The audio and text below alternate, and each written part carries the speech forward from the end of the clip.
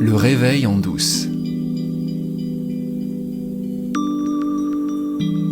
Je suis, tu es, nous sommes la même chose. Nous sommes la conscience. C'était la grande révélation de la semaine dernière. Je pense que tu captes la légèreté amusée avec laquelle je parle de grande révélation. Parce que c'est une grande révélation pour moi, peut-être pas pour toi. Pour moi, c'est l'étape où j'en suis dans ma compréhension. Ce n'est pas un aboutissement parce qu'il n'y en a pas d'aboutissement. Il y a un chemin qui a commencé quand ma conscience de moi-même s'est éveillée. Mais cette conscience de moi-même, je l'ai longtemps prise pour le tout. Je me suis longtemps pris pour ce corps-esprit, cet ego, ce self, comme on dit en anglais, avant de découvrir que ce n'était pas ce que j'étais. Et cette conscience que je suis, infinie, qui n'a ni début ni fin, qui s'atomise dans une infinité de localisation pour faire l'expérience d'elle-même, cette conscience infinie n'a pas besoin de libre arbitre, puisqu'elle peut tout, absolument tout. Tout est possible à l'intérieur de cette immensité. Tu peux à nouveau faire l'expérience de l'absence du libre arbitre en écoutant ce que je viens de dire et en fonction de ce que ça t'inspire. Tu ne choisis pas ce que ça t'inspire. Tu ne peux pas décider que ce que je dis est vrai ou faux, si c'est de la folie, si c'est n'importe quoi, ou si au contraire, ça a entrouvert une porte dont tu ne soupçonnais même pas l'existence, parce que c'est une question que tu ne te posais pas. Tu peux pas choisir ça, que ça ait cet effet-là sur toi. Tu peux pas. Tu peux pas choisir non plus que peut-être tu aurais envie de croire à ce que je raconte, mais tu n'y arrives pas.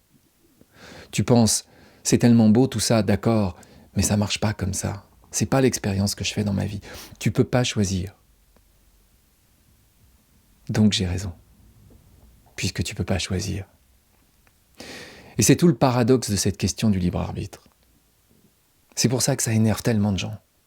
C'est pour ça qu'on pourrait presque partir à la guerre pour défendre cette option du libre arbitre. Parce que si je viens dire que le libre arbitre est une illusion,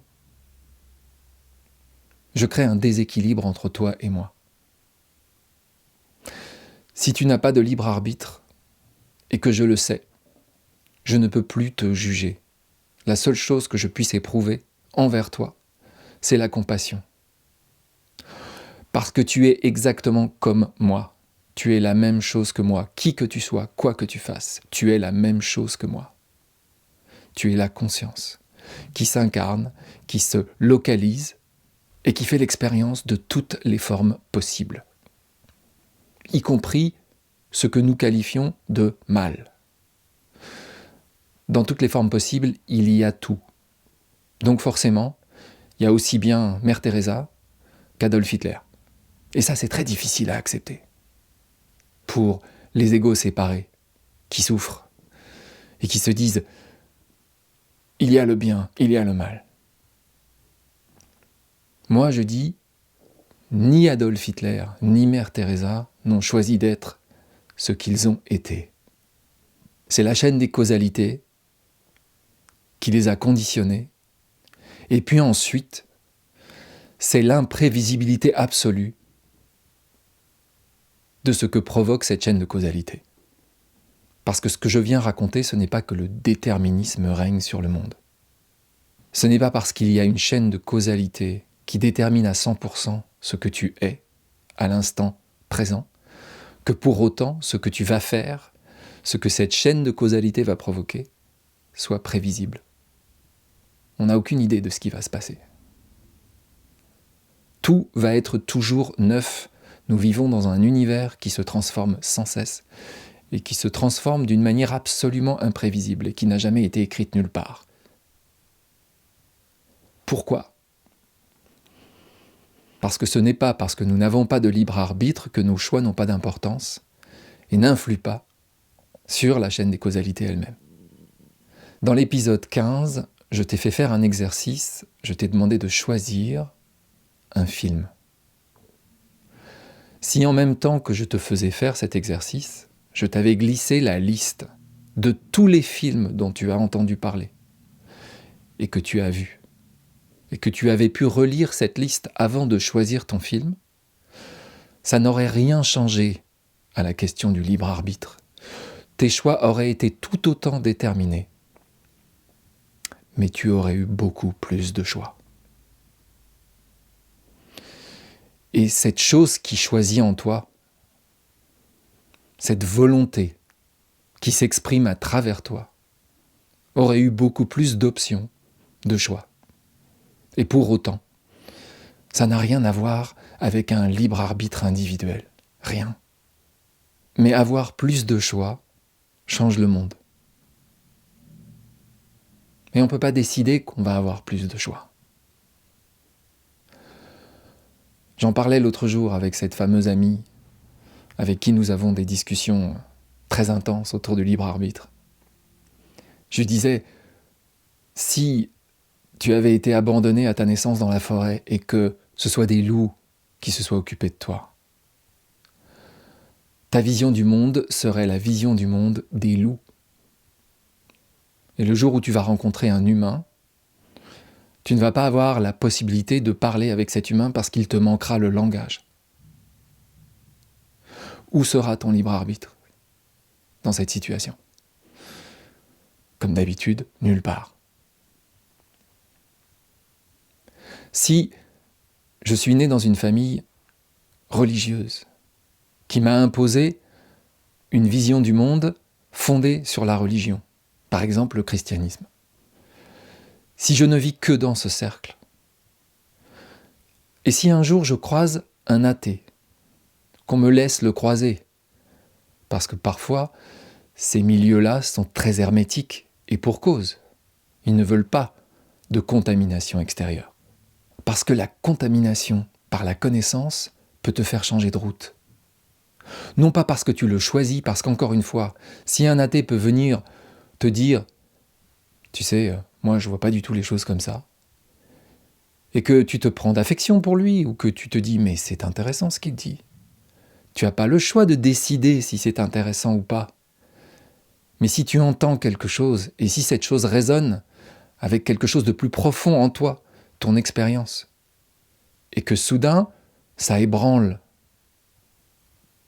la vision du monde dans laquelle tu es né, dans laquelle tu as baigné, tu choisis pas. Tu choisis pas que ça fasse ça pour toi. Et peut-être que tu vas changer de route, et peut-être tu vas te dire « Mais c'est vrai ce qu'il raconte. » Et peut-être pas. Et peut-être qu'au contraire, tu vas dire « Mon Dieu, cet homme est tellement perdu. Il ne comprend tellement rien à l'existence. Moi, j'ai cette chance. Je suis né dans la vérité. » Aucun choix là-dedans. Rien. Tu peux le voir, ça. Tu n'as pas le choix de ça. Donc, ce que je viens proposer est plus proche de la vérité que l'idée que tu puisses choisir si tu examines ton expérience. Quand je viens dire que le libre arbitre n'existe pas, je viens mettre celui ou celle qui est en face de moi dans une position difficile. Parce que si il ou elle défend la position que le libre arbitre existe, la seule possibilité qu'il ou elle a, c'est de me juger. Alors que moi, la seule chose que je puisse faire, voyant que le libre arbitre est une illusion, c'est de ressentir de la compassion, c'est de me sentir un avec l'autre, qui est exactement comme moi. Plutôt que me sentir séparé par cette illusion que chacun de nous a le choix d'être, de faire ce qu'il veut. L'illusion du libre arbitre, quand elle tombe, elle nous relie à l'unité primordiale de l'univers, de la conscience. S'il existe un libre arbitre, alors oui, nous sommes séparés les uns des autres. Tout le monde a ses raisons, et ces raisons sont légitimes, et on a le droit de croire qu'on fait des choix. Et si on fait des choix, les autres en font aussi. Donc nous sommes fondés à juger les autres en fonction des choix qu'ils font, puisqu'ils les font, soi-disant, librement.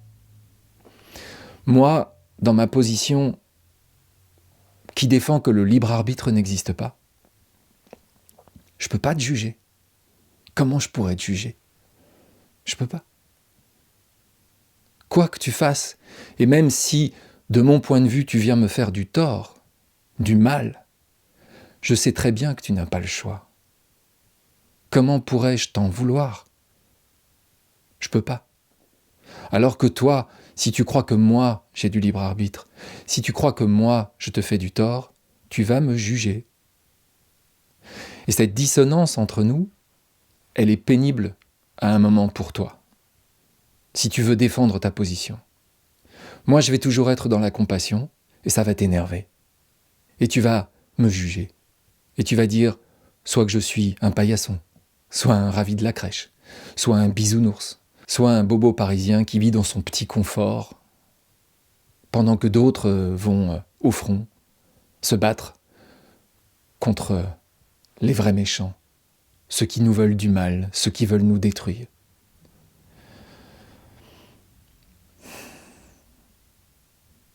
Celui ou celle qui pense ça n'a pas le choix de le penser.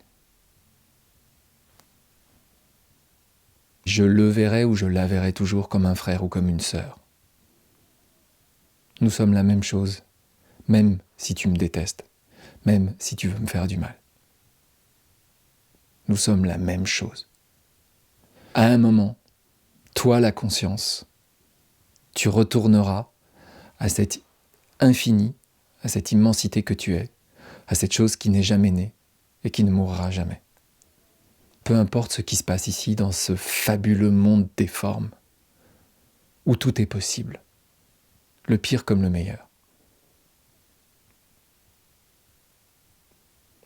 Du point de vue où je suis,